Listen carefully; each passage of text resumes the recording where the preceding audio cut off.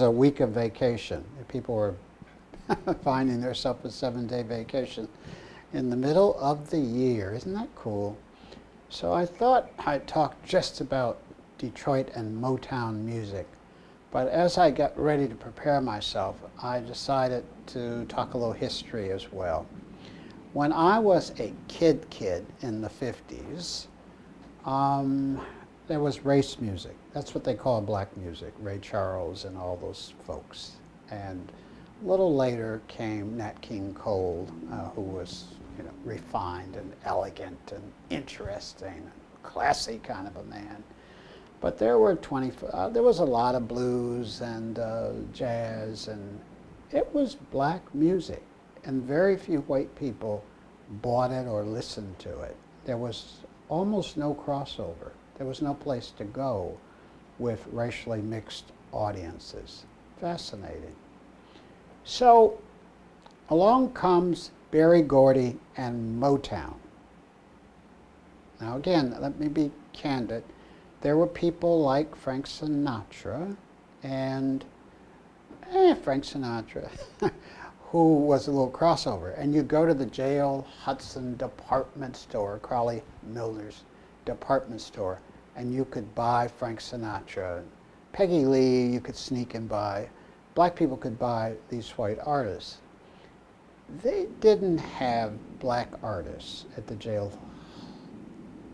Hudson Company department store. And we still had record stores in this country, lots of record stores. That's where you really bought your music.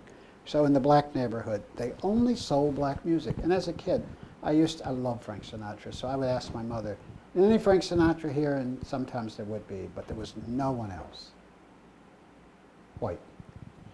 Berry Gordy comes along, and he gets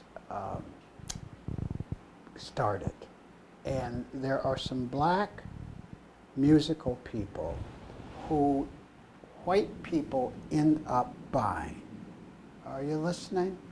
Because white folks did not buy black musicians. So he has Jackie Wilson and their hits, 3 or 4 hits, and they cross over, and white folks buy them. I did a little research the other day. About 80% of Jackie Wilson was bought by black people and 20% by white people. This is up from 1% of Nat King Cole being bought by white people. And then Berry Gordy, of course, came out with the Temptations and the Four Tops and Diana Ross and the Supremes. First it was just the Supremes. And the Supremes turned into the #1 female, actually they call them girl groups, girl singing groups. Diana Ross and the Supremes were #1 in the world for 7 or 8 years. And of course the Beatles were #1 boys group in the world for 7 or 8 years. And this was the biggest thing in the world. And in Detroit, every Friday there was Motown. There was a new release. Every Friday, 50, 52 weeks out of the year. And you went to the record shop, and you went to the J.L. Hudson Company, and you bought Four Tops or whoever had come out, Stevie Wonder. And it drove Detroit. It created pride and excitement.